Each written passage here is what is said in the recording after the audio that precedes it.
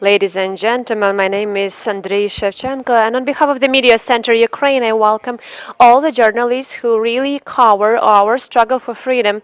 Today we have a special event. We're going to talk about the event that's going to be held in Lviv on December 15 in the premises of FESTrepublic. There will be a meeting, Time of the History.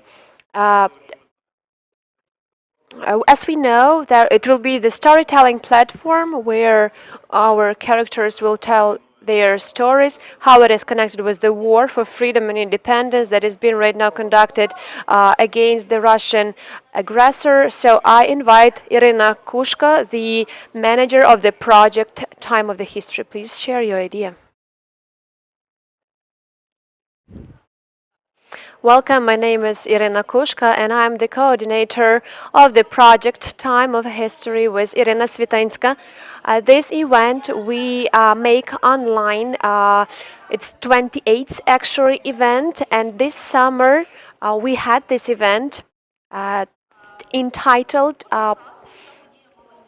every time the topics were different, so our speakers were different ones to the best highlight this topic. Recently we had a poll and among our friends of the project, and they really wanted for us to continue this topic. Therefore, we actually doubled this event, but with different guests this time. On December 15 at 5 p.m. we will wait for you at FESTrepublic. Soldiers of the Light, these are Ukrainians at different front lines of the whole-scale war in Ukraine. I will tell in brief about our guests.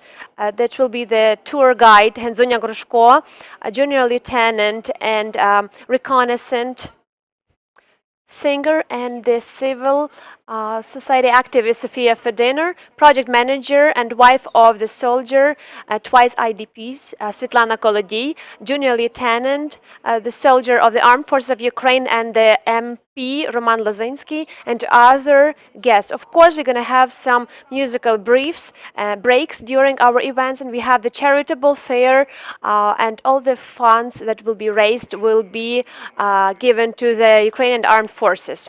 Iryna Snitynska, the founder of the project Time of the History, could you please dwell upon the format of such an event, so what our guests will hear and see?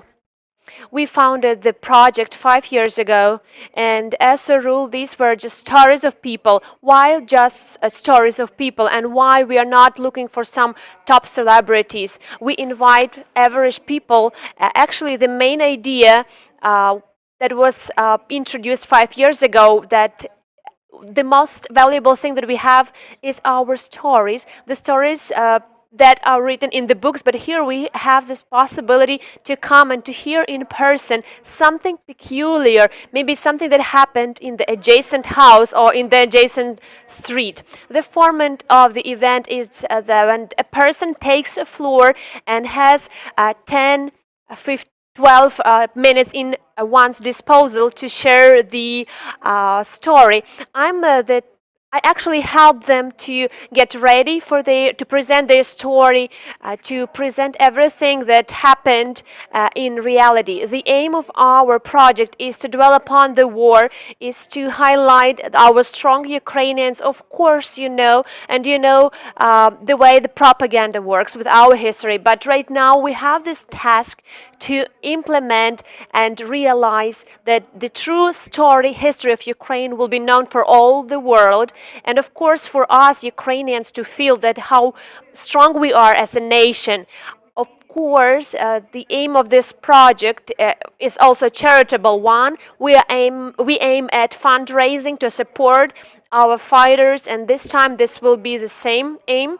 And one more goal is, despite being in Lviv, behind the enemy lines, we also, for us to make it safer and more calm to survive this war, and to have this place to find the inspiration to be with oneself. And of course, we will hold this event in a bomb shelter, so please stay calm as far as safety is concerned.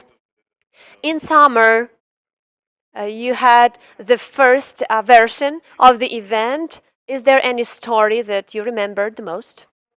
In fact, I remembered all the stories because every project highlights people, various cases.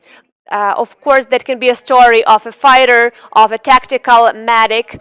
Last time it was a story of Taras Topola when he shared his experience, when he started his career, and he is very talented singer. Of course, the adjacent country would like somehow to make him work in Russian, to sing in Russian. And Taras Topola stated that there are different temptations all the time, which side to be attracted by. And of course, despite this temptation of money, he chose Ukraine.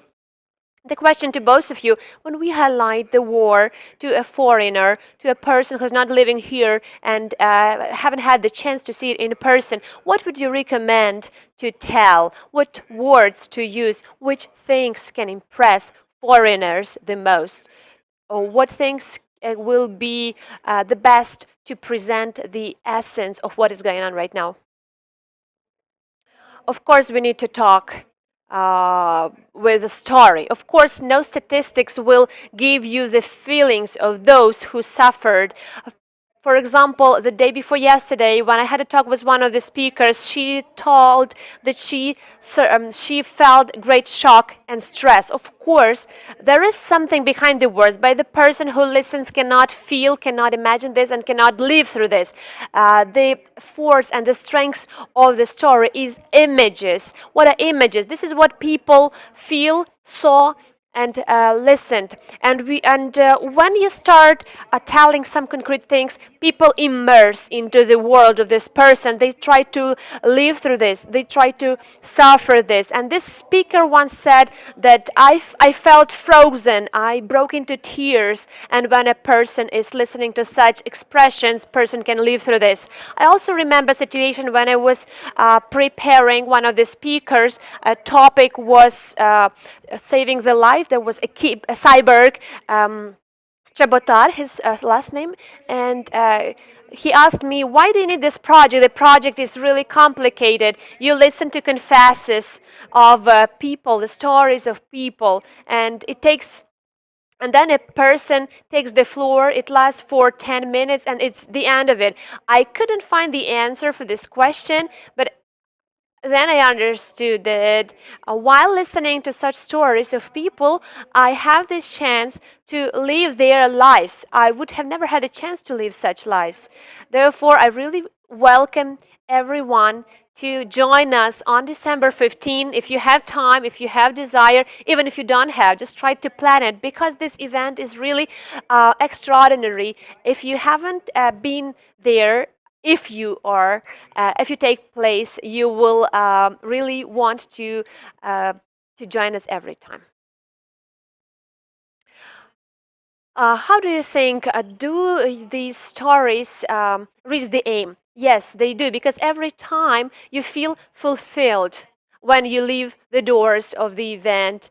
You really get to know that there are lots of people around us who seem to be normal, average, but of course, certain superpowers.